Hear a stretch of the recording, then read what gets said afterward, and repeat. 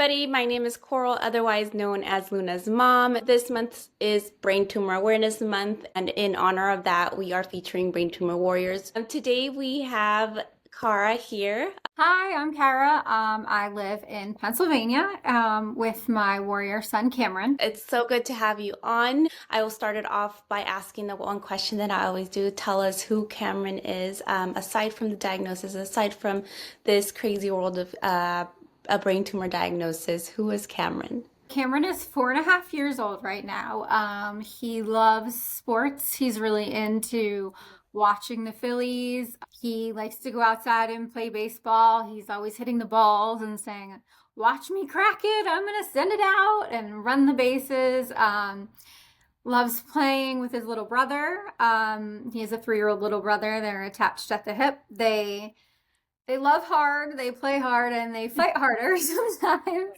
Um, but Cameron is such a sweet boy. He's so caring. He always is worried about how everyone is. And he has like the ability to remember everything, which is crazy to me. Like I can't remember what I did yesterday, and he's like talking about things that he did when he was 2, or like, Oh, okay. yeah, or he'll like bring something up about like he heard us talking about someone's car being broken down, and he'll be like, "Oh, did they get their car fixed? Is their car fixed yet?" Like he always wants to make sure that everyone's happy and everyone's cared for, and he just loves his big thing is he loves his friends, he loves his family. Mm-hmm. um he gets so excited to spend time with that friends and family, and especially our friends that have become family. He Yes. has lots of he has real aunts and uncles, and then also the aunts and uncles that became his aunts and uncles. And Yeah. so he's just such a loving, sweet child who just loves life basically, and He's enjoying life as a 4-year-old. Yeah, he sounds like lots of love. Like he just Yes. radiates that. And again, I always say I see the kids through the mom through like the parents, like how you, Mhm. when you light up when you talk about them. And he sounds like he's just full of love. One question that a lot of parents have is what led to the brain tumor diagnosis? What were those initial symptoms that you saw in Cameron that made you feel like something was wrong with your child? Sure. We were very lucky in the sense that his symptoms did come on pretty quickly, and that we were able to figure it out pretty quickly as well. His first symptom was he just woke up one morning, he was walking around and just kind of had that effortless vomit.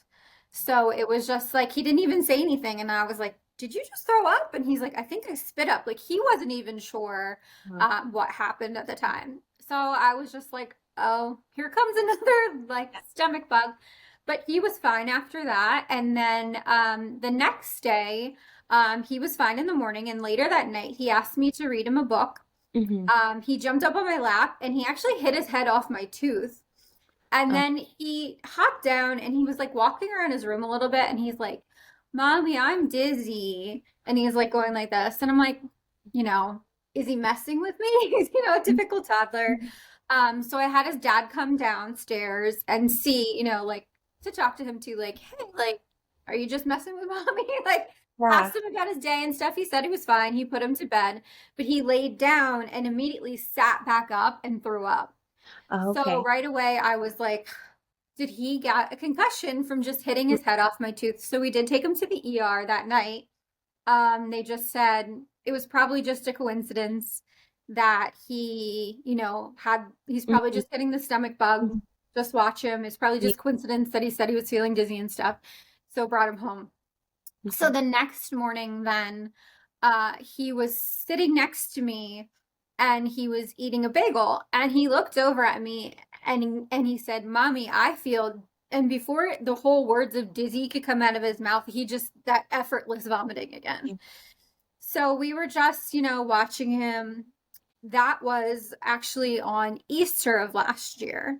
So we stayed home Mm-hmm. figuring, he had the stomach bug. So, we weren't going to take him around the rest of the family. Hmm. So we did like a little Easter egg hunt Hmm. outside in our yard. And that's when I realized he was kind of like walking like off. His walking was like a little off. Hmm. And then I went back and looked at pictures on my phone from earlier that morning, and I realized his head was a little tilted. Okay. So then I was asking him, like, does your neck hurt? Did you sleep weird? Because, if you don't feel good, you might be tossing and turning. And he had no clue that he Mhm. was, off balance or anything. So I did call into our pediatrician's office and say, hey, this is what we're seeing. And they said, you immediately need to take him back to the ER. Okay. So we did. We brought him back in. They did do like normal testing on him. They did say that they even looked back at the footage of Cameron and I walking into the hospital and saw that he was walking, like his Okay. walking was Mhm. off. So they did eye tests and they just kept saying, we really think he just has a bad concussion. And I really pushed and said, I don't feel comfortable with this. Yeah. Like, and of course, like I said, like I looked on Google and this is like the the typical symptoms of a brain tumor. And of Mhm. course, stay off Google, don't do that. So they did do imaging. They did an MRI, but unfortunately they decided to do it awake. So Oh, he's only at the time 3 years old. wow. I was basically in the machine with him. But they did the imaging. They said they got the images. They said it was clear. They sent us home and, just follow up with the concussion Mhm. clinic. So the next day he wakes up and his head is very tilted at this point. For Yeah. the like that he's just sitting there and Yeah. it's tilted and his walk, I mean, he's walking into things. Mhm. So at this point, I'm like, there's something seriously wrong. Yeah. So I did call our pediatrician. He asked me to bring him in. He said, I want to look at him because he was stumped too, because after the fact of talking with him, he said, I've Mhm. been a pediatrician for Yeah. years and years and years, and these are the classic signs of a brain tumor, but Yes. the imaging, they're saying there was nothing there. Mhm. So he saw him, he actually watched him walk into a wall. Oh, wow. And yeah, so he knew something was seriously Mhm. wrong. He said, I'm admitting you and you're going to be admitted to the hospital. We're figuring out, we're not leaving. You're not leaving until we find out what's wrong with you. Mhm. At that point, the doctors were pretty stumped. But we really pushed for, like, we want imaging where he's asleep, he could have been moving, and that's what did prompt them then to do a sedated Mhm. MRI, and Yeah. that's when the tumor was found.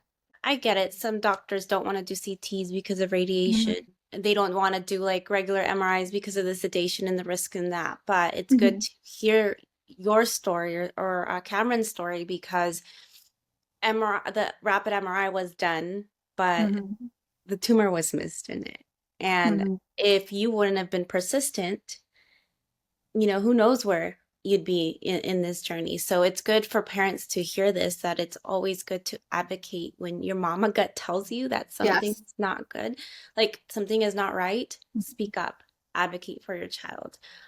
Because a rapid MRI can only see so much, especially in Mhm. a little one so tiny that wiggles and moves. Like I don't even know why they would have done that instead of Yeah, a I'm not sure either. And and that's a big thing I say to people now is like, if you think something's wrong, it doesn't hurt for you to be wrong. You know what I yeah. mean? Like, because you hope you were wrong, Mhm. but the only person that's going to truly advocate for your child is you.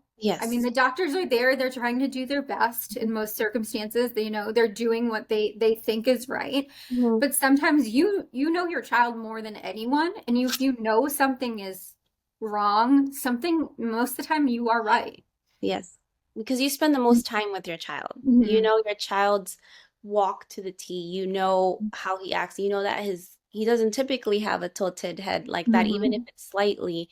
So I think the the trend that I keep seeing with each one of these stories that I hear most of the time is parents being dismissed by, the medical staff. And it sounds like your pediatrician kind of was on your side, listening to you Yes, for sure. after, and then it's the ER, Mhm. the department that didn't really listen to your concerns. And it sounds to me now that they possibly just did the rapid MRI just to kind of give you a peace of mind when I know they missed something big, I feel.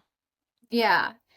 And it's just, and it was one of those things that they kept saying, well, we did the MRI. And Mhm. but in the back of my mind, I was just knew that, there's something bigger than this. There's Yeah. something there. Like we just knew, Mhm. like you said, you know your child inside and out, and the way that he was acting, Mhm. and in the grand scheme of things, we always do say we are super lucky. It was 4 days that he had the symptoms that we found that he had the tumor. And you Mhm. hear these stories about kids going weeks, Yeah. months until Mhm. somebody listens, takes the Exactly. parent seriously, will do the imaging. And it's heart-wrenching Mhm. to even those 4 days were like complete hell Yeah. watching and knowing something was wrong and not being able to tell what was going on. And Mhm. I can't imagine, the weeks or the months that people wait and Yeah. have to push and fight to find And out that's what's going on with their child. crucial time. That's time Mhm. that can be used to either resect the tumor if it can be operated on or just treat whatever it is. So you said you were admitted and they did a sedated MRI and that's when the tumor was found. At that point, Mhm. what was the protocol that they told you that was going to happen? And because at this point Mhm. you guys don't know what exactly. No, we didn't know at the time. They gave us three different scenarios of what they thought that it could be. And then from that point, it was to go in and to resect the tumor. We actually then we requested to be transferred to a larger children's hospital. So we went from our local home hospital that they do have a children's hospital with Yeah, inside it, but we decided the best option for Cameron was we went to Children's Hospital of Philadelphia. I agree Um, with you yep. on that. Children's hospitals who know Mhm. what initially was at Kaiser and they don't have like, just children specific and it's night and day. It is. Yeah. They came to pick us up. They have a mobile ICU unit. And just stepping on even into that unit was like a 180. Yeah. Um, like they even had like Cameron still talks about the ride in the ambulance because they Oh. had a big TV inside and he watched Bluey the Oh. whole way there. So we are lucky though we are only about an hour and 15 minutes away from CHOP. Mhm. We still, we weren't that far Yes. from home, but we definitely knew that the right thing for him would be to get the care there since I Yes. mean they are the specialties in it and we know that their neurosurgery program is amazing, so we knew that that was the best option for him to get the surgery. So we were transferred there and then we got there, it was probably later in the afternoon on a Wednesday. And then right when we got there, the team, they were on it. They already said the OR was booked the next morning. We met with everybody, knew the plan. The next morning at 8 a.m., he was slated to go into the OR with the neurosurgeon. How long was that surgery? Yeah, so they told us that surgery would be anywhere from 6 to 7 hours. CHOP fortunately has an interruptive MRI machine. Okay. So they would, once they knew that they thought they got the whole tumor out, they would put him in the MRI machine to see if there was any tumor left. If Mhm. there was, they were going to bring him back into the OR. If not, he would come back up to the PICU room. His surgery, we got the call at 3.5 hours into the surgery that he was already going into MRI. Okay. So at that point, it was a relief, but also panic.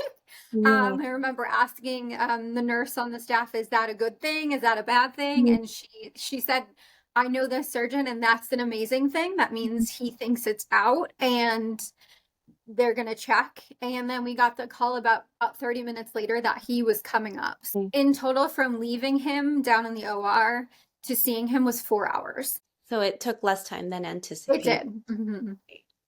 That was probably, I know that waiting period of when your child's in there, it's especially with brain surgery. I think a lot Mhm. of people don't understand how risky brain surgery is, regardless of where, our brains are our powerhouse. It's Mhm. controls everything in our body, from our movement, our breathing, our blinking, everything. Never. So for a developing brain going in there, it's very risky. So as a parent sitting in that waiting room, Mhm. it's nerve-wracking.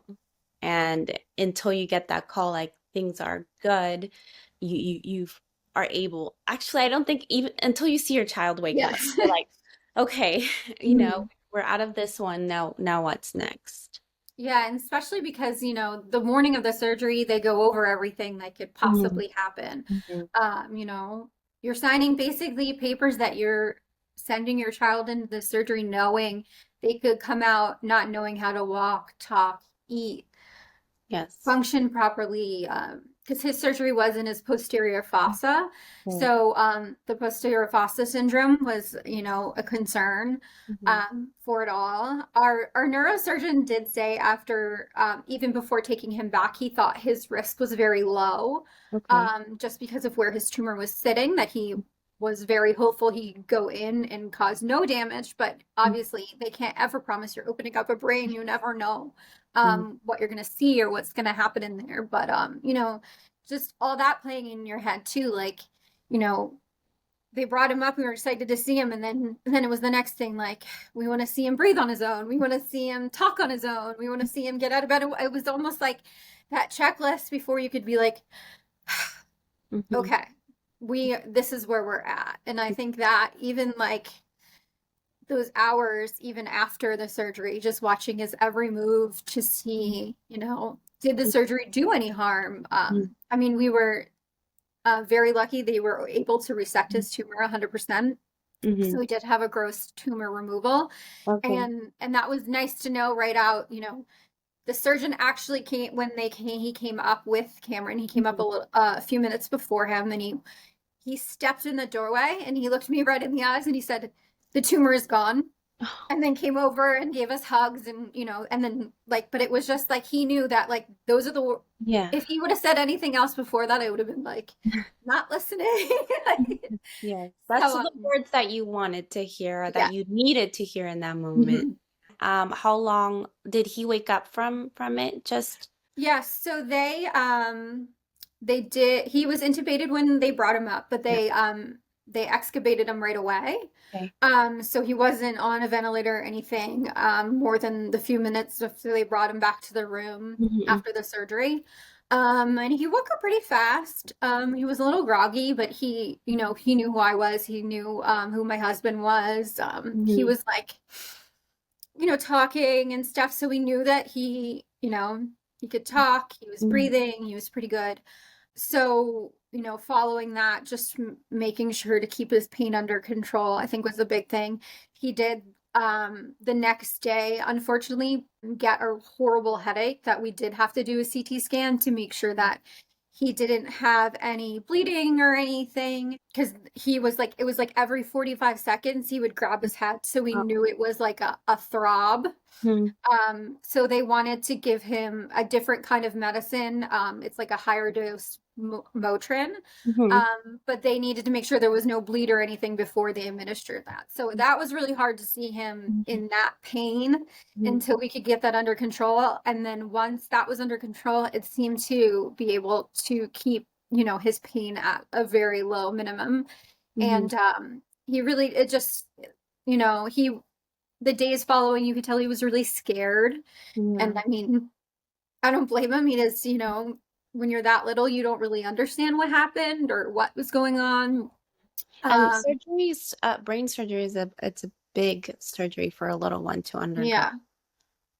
And he would just say, I had something in my head that I had to get out, and they took it out. And that's how he really understood it. And, if that was really, at this age, all he really did need to know.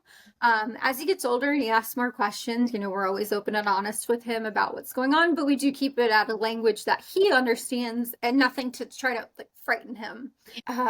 We got him out of bed. He was scared to walk, Mhm. which again, another thing, he just went through major brain surgery. That is scary.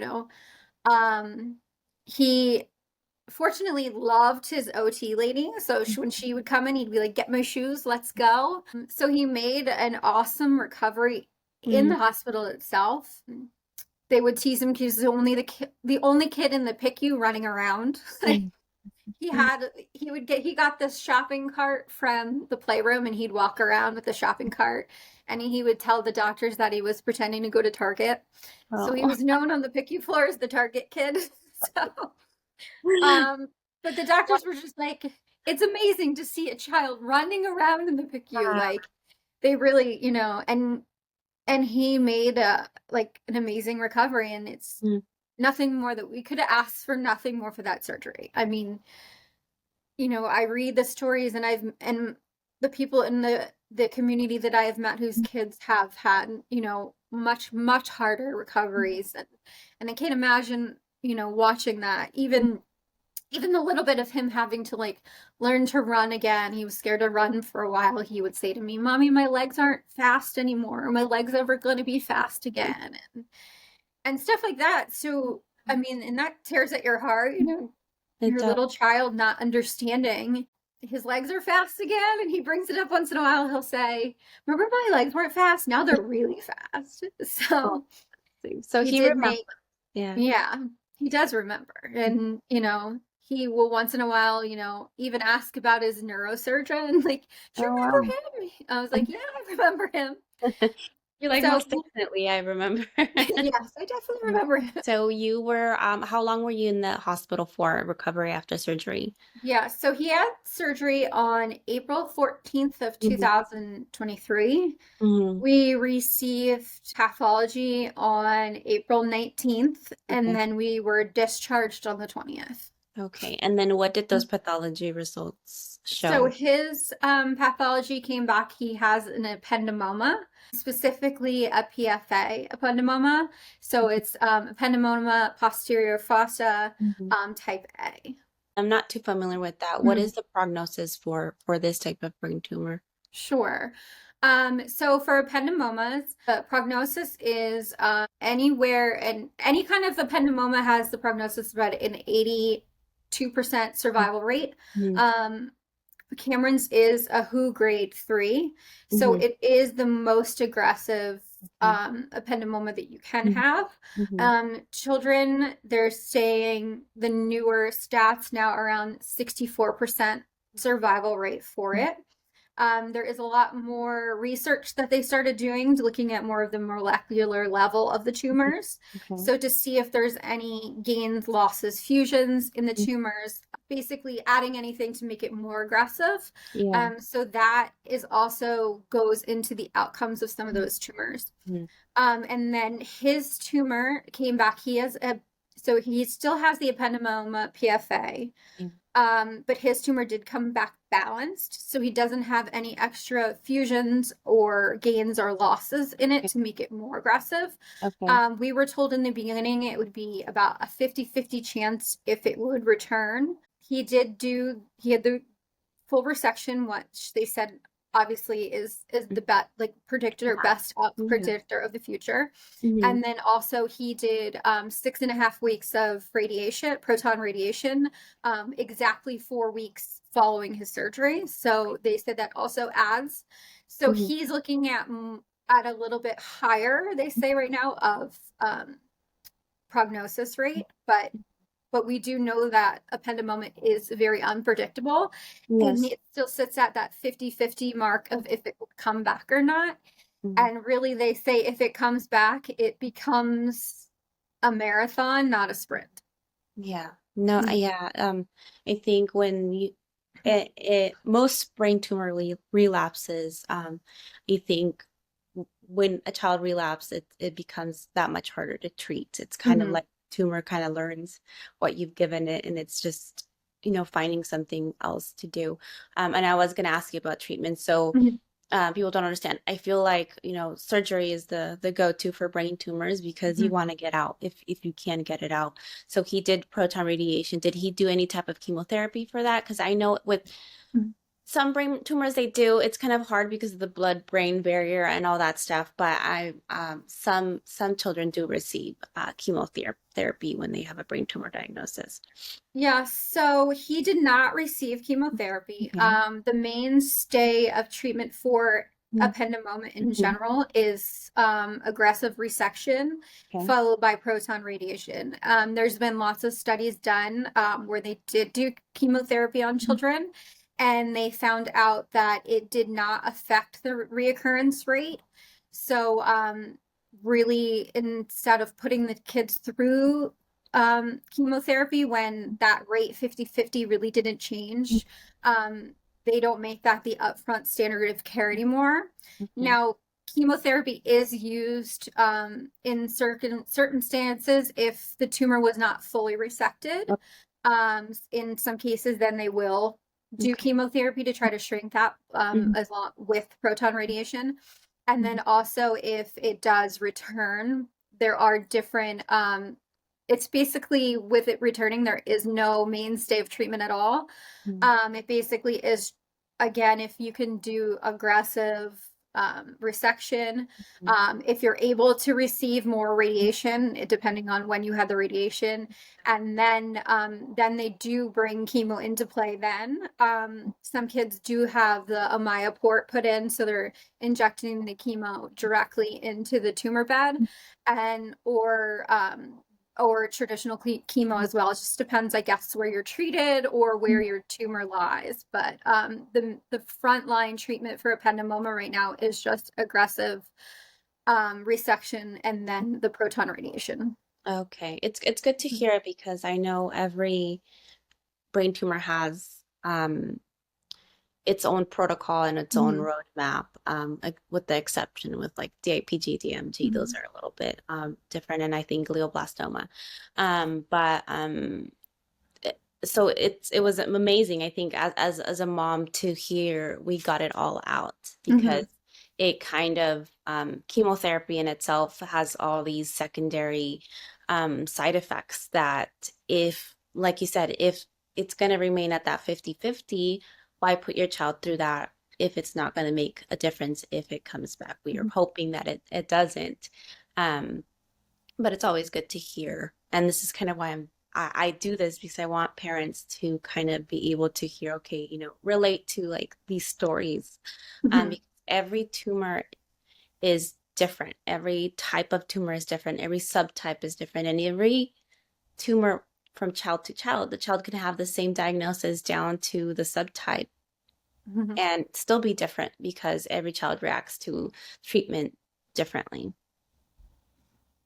Yeah, and another thing is too is of course we hope and we pray that his tumor never returns. When he Mhm. falls into that 50%, then he just never falls back there. But then to know that if we do have to go back and fight this again, that his body didn't have to go through chemo and then do it again. Mhm. So you will see some of the ependymoma kids who unfortunately have relapse and that are doing chemo seem to be doing very well on their chemo regimens because their body hasn't been through that regimen again. Mhm.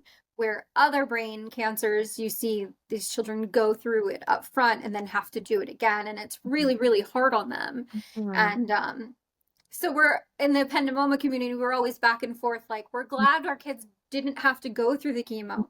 But Mhm. then we also are like, but the other thing is that our only fight is to resect and to do proton and sit here and hope and pray it doesn't come back. Mhm.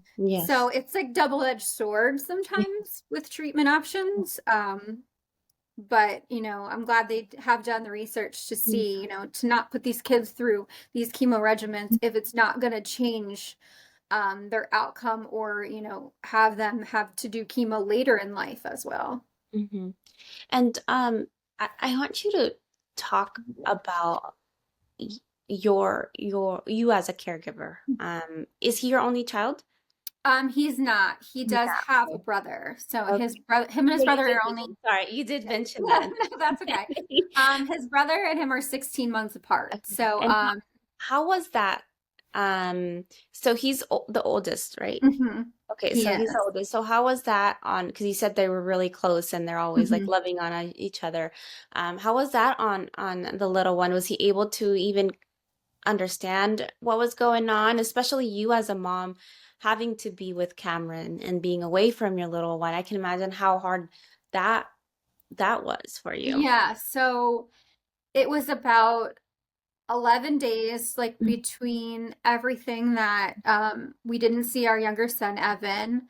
Um, Luckily, my parents dropped everything. They actually came and stayed at our house, like throughout, being in the hospital and surgery, stayed with him and our dog. Mhm. Um, and, just I thankfully didn't have to worry about him being taken care of, but we're also worried about like he wonders where his family went. course. Um, but so that was really hard. I think in though at least like throughout those days of being in the hospital and surgery were kind of more of a blur Mhm, that, I was so focused on, obviously Evan's still in my mind, but focused on Cameron and, getting him healthy, getting him home. mhm, mhm, But then when we did the proton radiation, even though we're only like an hour and a half away from CHOP, mhm. since he had to be sedated daily, it was just not feasible for us to drive back and forth No. every morning. So we did stay there during the week. So on Monday mornings, we would drive down, and then Friday, right after treatment, we would come Mhm, home. So all in all, it ended up being 42 days that we were away from mhm, our younger son, Evan. mhm, So it was extremely hard, and mhm. um you know we knew we just had to do what we had to do to get Cameron healthy and better. He basically he would live with my parents would come down here ungodly early on Monday mornings so Evan could sleep, and we would leave with Cameron, and then when everyone would wake up, they would take him to their house and he would live with them for the week. And then Okay. on Fridays, we would let them know when we're on our way home, and they would Mhm, come to our house and be here with him when we got home. We were just trying to like maximize the most time that we could have with him. mhm. Um, Evan did really well. You could tell by the last few weeks, he was just kind of like, I'm I'm done with this. Like, I want to be home with my family. Um, but it was just so sweet. Like the biggest hugs they would give each other the second they would see each other, and be excited to like run around and play with each other. Like they didn't leave each other's side. Mhm, So it was really sweet to see that they were definitely thinking about each other while they were away from each other. mhm, Um, but I just can't imagine what was going through a 2-year-old's head at that point, where like mhm. my family leaves me and then comes back, and Yeah. then it must have been really scary and really Especially confusing. because it wasn't like gradually, it was just kind of Mhm. thrown. How did Cameron do with that, not seeing his brother? He did well. We did, thankfully, for technology, we would FaceTime him a lot and talk to him. and Mhm, and a big thing that we did when we were down in Philadelphia for radiation, we tried to make it a positive mhm, experience. So we try to keep him occupied. So in the afternoons, we'd go to the zoo, we'd walk around the city. He's really into like anything construction. So there's mhm, always construction going down around the city. So watch the cranes and the backhoes and all mhm, that stuff, and try to just keep as normal life as you can once, after the morning radiation, like just trying to do things. We were super lucky. We stayed at the Ronald McDonald House down there, so there was tons of activities for him yeah. to do. We took him to his first Phillies game, so he loved that. So really, just trying to keep him occupied and make it the best experience you can out of the situation we were in. Make it as normal as possible while being out of your normal your Yeah. normal.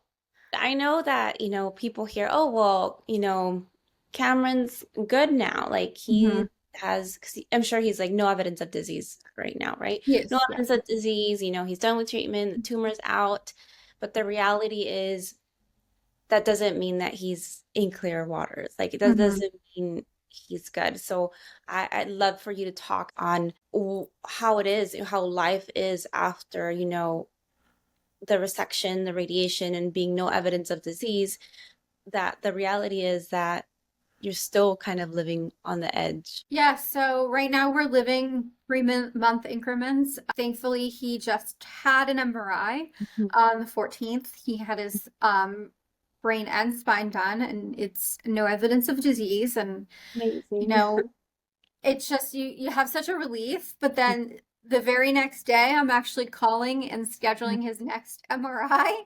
Hmm. Um, so it really like, you know, it's hard to be um you're obviously excited and you're happy that he is Yeah. where he is and he's no evidence of disease, and the people around you are just like, oh, we're so happy to hear the news. And like, and it's such a hard place to live in, because you're living in the reality of that shoe could drop at any second, just how it did of hearing that your child had a brain tumor like that. came out of nowhere. Mm-hmm. And we could just go for a scan one day and out of nowhere, his disease is back. And I think that's something that a lot of people don't realize. And a big thing I too do think is like, because people see him and he's running around, he's a normal child.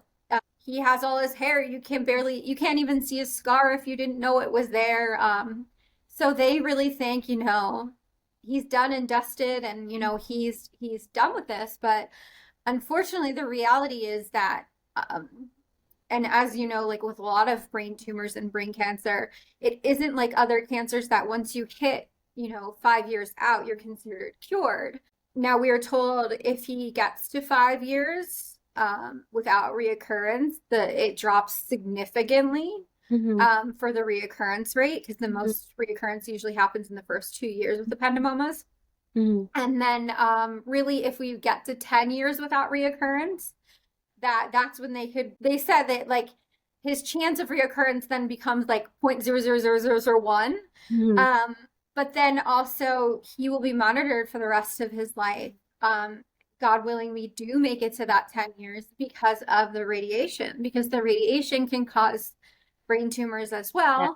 well. In most instances, they're benign, but some instances they're not. So, this is a lifelong thing. And I think a lot of people don't really realize that. Mm-hmm. Uh, and just living day to day, no, like that thought never leaves my brain.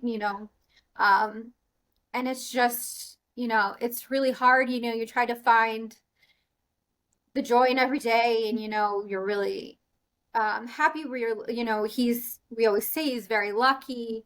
Some kids aren't lucky and it's so hard to see and then, within the ependymoma community, a lot of us are very close and we talk a lot and watching each other's kids relapse and so like it's almost like you're living in two worlds. Yeah. You're living back in your normal life world, trying to, we're back to work, the kids are back to daycare, we're back to sports, we're back to doing all that.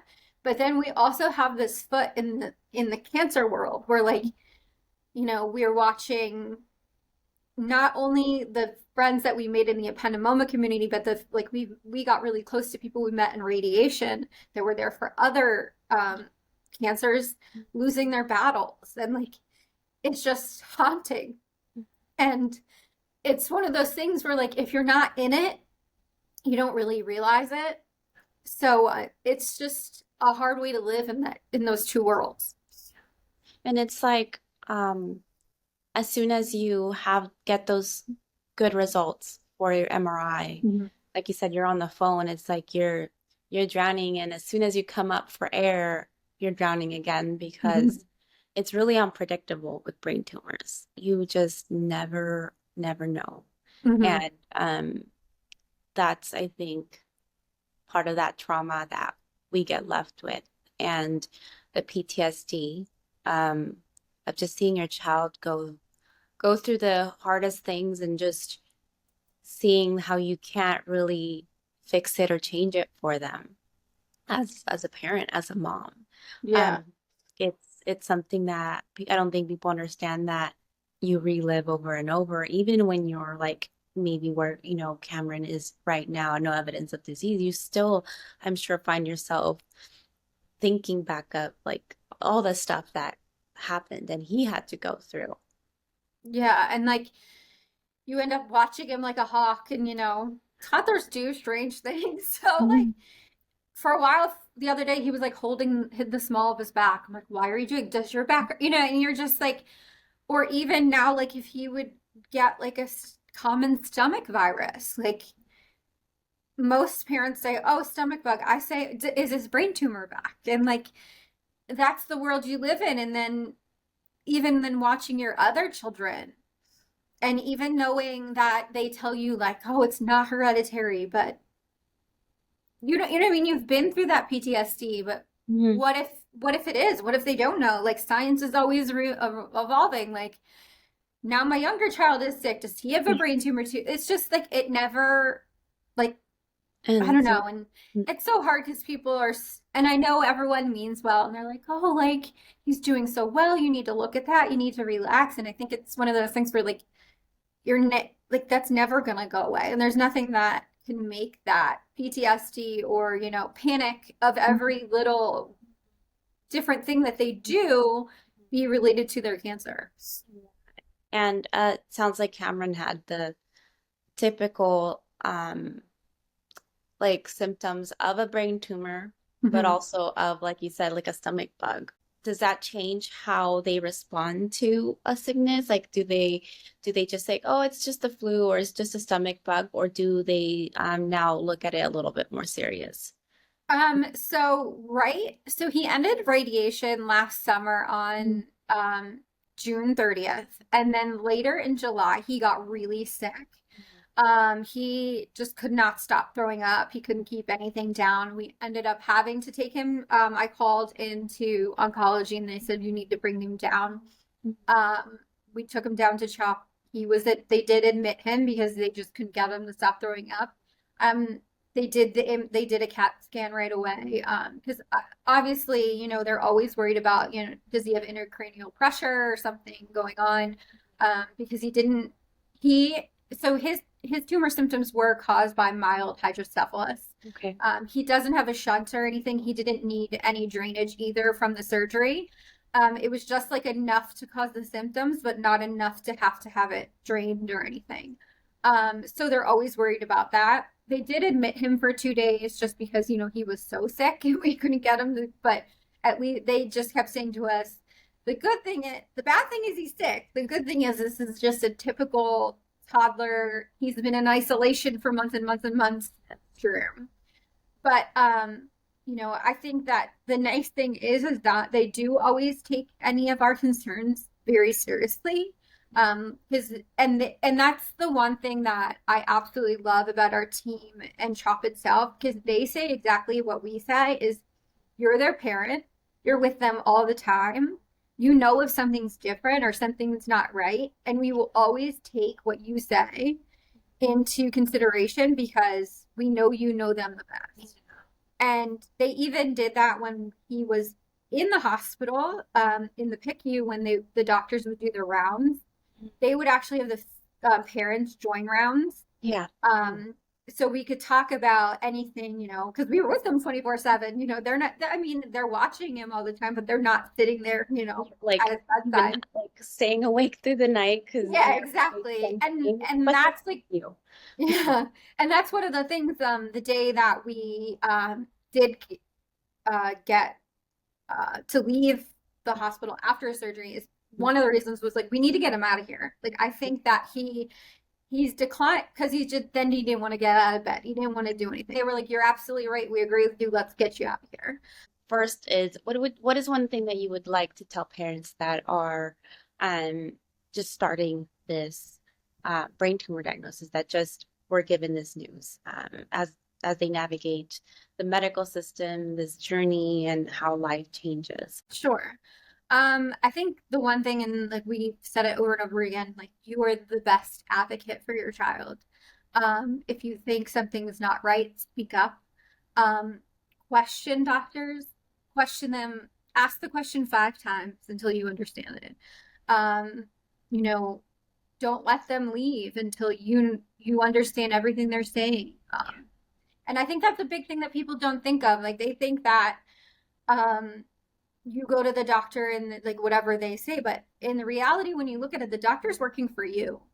Um, so you have the right to ask the questions. And if you don't feel comfortable with your care, get a second opinion, get a third opinion, get a fourth opinion. Even if you do like your care team, just to get another opinion, that it never hurts. Doing more will never hurt. I think a big thing is also like I know a lot of doctors say stay off the internet, don't research, but I'm quite the opposite. Mhm. I like to know everything about it. I like to keep myself educated. And maybe this is a little bit more crazy than most people, but I have a Google alert on my phone, and anytime anything is published about an ependymoma, I Okay. get notified and I can read it. So like any new trials, like I'm always following, or just stories. And Mhm. for me as a parent, like that's actually rewarding for me to see Mhm. like that they're doing something, they're doing trials, new things are coming up, people are raising money. Mhm. Um, And I think another thing is a big thing that helped me is to reach out to the community. Um, it's a club you'll know you don't want to be a part of, but unfortunately you're thrown into it. And the Mhm. only people who can truly understand what you're going through is that community. There's a in like if you're just finding out that your child has a brain tumor, you don't know what it is yet. There is especially on social media, there's a big group of pediatric brain tumor. You can start talking, ask questions, anything. Everyone's so open and so helpful. And then once you do get your diagnosis, there's a lot of social media groups too for that specific diagnosis. And I know it's really hard to talk about, and like it almost I remember saying like at first for me to talk about it made it real, even though it was real, but just being able to first talk about it made it really real, and that's really hard. Yeah. And but just to have that community of people who truly understand, and like they end up being like some of your best friends Yeah. and your cheerleaders. And like I can say our ependymoma community is amazing. We all like know when each other's kids are getting MRIs, and we check in with each other, and we always joke around like Cameron just had a clear eye MRI, choo choo, here comes the clear train to you, like. Yeah. And it's just like one of those things is like you need, and obviously your friends, your family, they're all there to support you, but they can't truly understand how it feels unless you've been through it. And I say that's like even to you, like I cannot comprehend what you've been through because it's totally different. Even though you heard the words that your child had a brain tumor, the path was way different. Yeah. And finding out that diagnosis, and it's just everyone's path is completely different, but the community is here to support everyone. And I think that's super important, for people to know, and to be able to know that it's a community, like we said, you don't want to be a part of, but you are, and it's so welcoming and so helpful and so supportive, and not to be afraid to reach out to anyone in that community. And I think that has been the most helpful for me through this journey of figuring out the life of a brain cancer mom. And that's a big thing that I've now put myself into, is that, I reached out to those people and helped those people helped me so much that now when I see like on the brain tumor board a mom who's struggling, like I'll reach out to them, or a newly diagnosed ependymoma child, just, hey, I'm here if you ever want to talk, because I know it's scary to reach out to strangers on the internet about your child's diagnosis, but like to know those people are there, I think is so important. Yeah, and it's good to have those people that have walked in your shoes. And I I will also say, the cancer community in itself as a whole, I think, really takes you under their wing, really helps you through some of the hardest times because they understand, even though, like you mentioned, we may only understand each other to a certain extent, but we get it. We get the emotions. We get the grief, even, of a loss, or a grief of how your life was and how much your life changed. I think there's different types of grief, but it's good. I would agree with you to kind of try to get connections within that pediatric cancer community online, because sometimes you get kind of pick at everybody's brain, like what they've done and what's worked out for the child, and you get to maybe think of ideas that could help your child, that you may not find maybe through Google.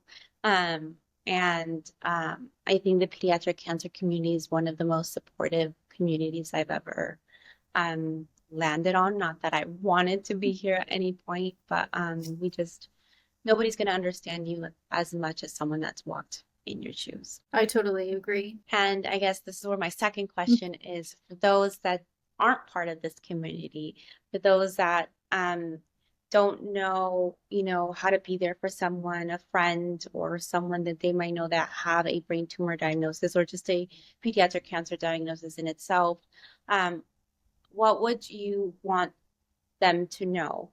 as far as maybe things to say or things not to say, or how to help someone going through it, or how to just be present to a family that has been hit with a brain tumor diagnosis. Sure. And I think this is the big thing. I know it's hard, everyone cares and they want to be there and they don't know how or what to say. Um, but I think a big thing is to continue to show up. Even just, some people have money to donate. They can drop off meals and stuff, but other people don't have, the means to do that. And that's totally fine. And even just sending a text message once in a while, just, hey, I've been thinking about you guys. I hope you're doing okay. Um, and I think a big thing is, when these big things happen and a kid's diagnosed, a lot of people like to try to like relate. And I think that's one thing that I would tell people is not to do, unless you've been through it. Because, you telling me about your cousin's brother's sister that was diagnosed with cancer, I understand that was probably sad and scary, but that doesn't relate to like what we've been through. And I think just, always telling your friends and family you're there for them.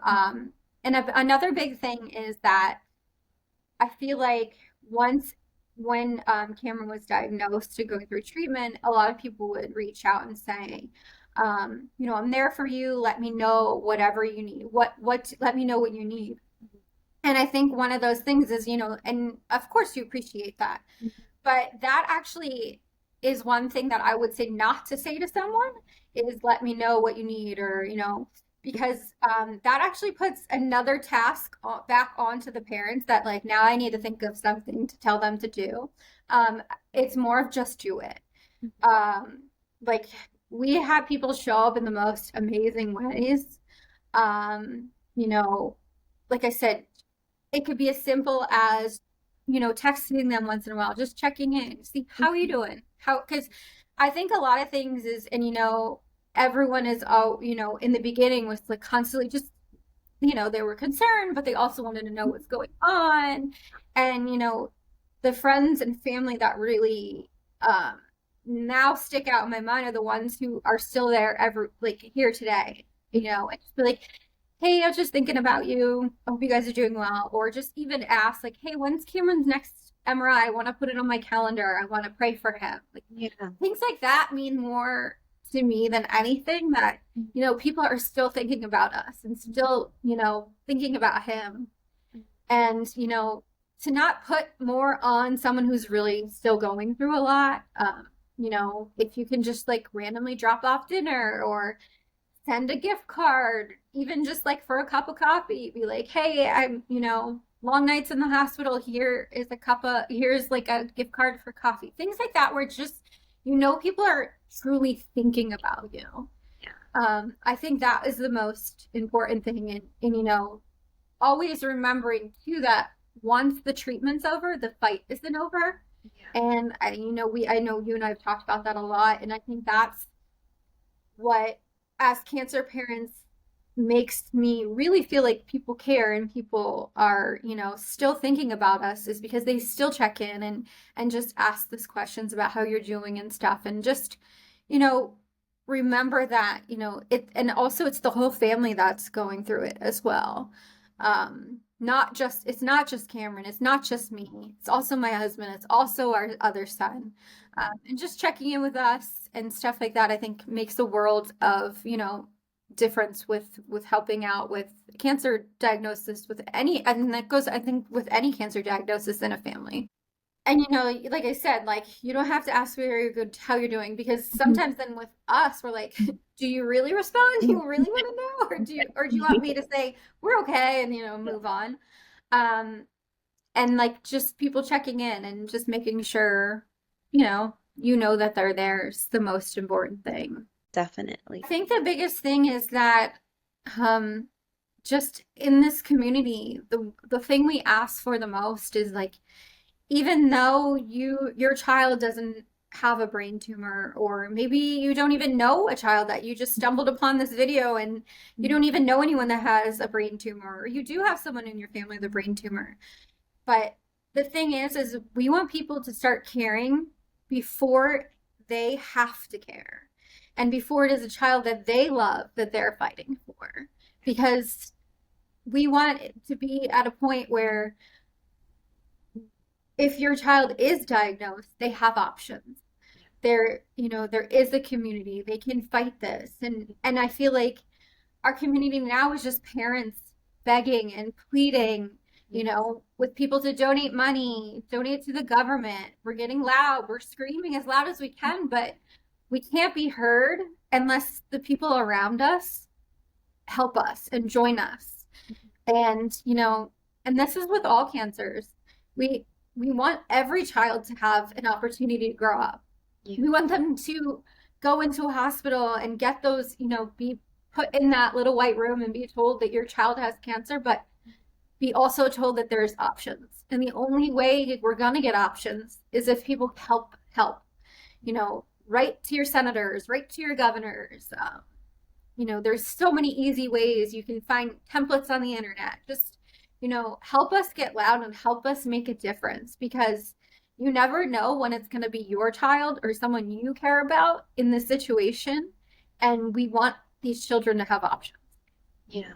And then that's why I think it's important to share every child's story to be heard, because I think it's important to people to realize that it can really be anybody, because a brain tumor, pediatric cancer in itself, it doesn't discriminate against any race, ethnicity, any, female, male, like everybody could get it. And some of these aren't hereditary. Many of them aren't. So, I always say, I was once a parent that didn't have a child with cancer. And now, I'm a parent that lost a child to cancer, to brain cancer. And this is why I wanted to do this for, Cameron's story to be heard, because I feel it's important to people to realize and put a face to these stories. And it's, it's not just me talking about my child and it's rare. It's Cameron, it's Loveland, it's Charlie, it's all these kids that could be your child. So it's in hopes of changing people's perspective on life and realize what is important. And the reason why we advocate and beg, like you say, for help is for, not for my child anymore, because my child's not here, but for Cameron, who, has that 50-50 of potentially having, that we hope for not, but, or any children that doesn't know yet that they're going to be diagnosed with a brain tumor, because that child could be their child. So it's important to help us, advocate and raise awareness. You don't have to be affected by it. You just have to have a heart, I feel, and conscious of seeing the lack of funding that pediatric cancer, overall pediatric brain tumors have, to want to help, because essentially we're louder together. Well, I just wanted to thank you for, coming on here and sharing Cameron's story. Like I said, it's important for his story to be heard. So I'm so glad that you were open to the idea. I know it's not easy to talk about. It brings up a lot of emotion, and it gets heavy sometimes, and it carries on sometimes through the day. But I think it's important, and it's amazing for you to come on here and talk about it. That way, you potentially help at least one person out there that's watching this and saying, you know what, they have a takeaway from this conversation. So thank you for coming on here and telling us about Cameron. Of course. And thank you for always sharing Luna with us. I love the pictures you always share of her sweet smile, and her story will live on forever, and she will because of you. Thank you so much. And my biggest fear is the world forgetting her. So, I try to share her as much as I can. Because like I said, every child's important.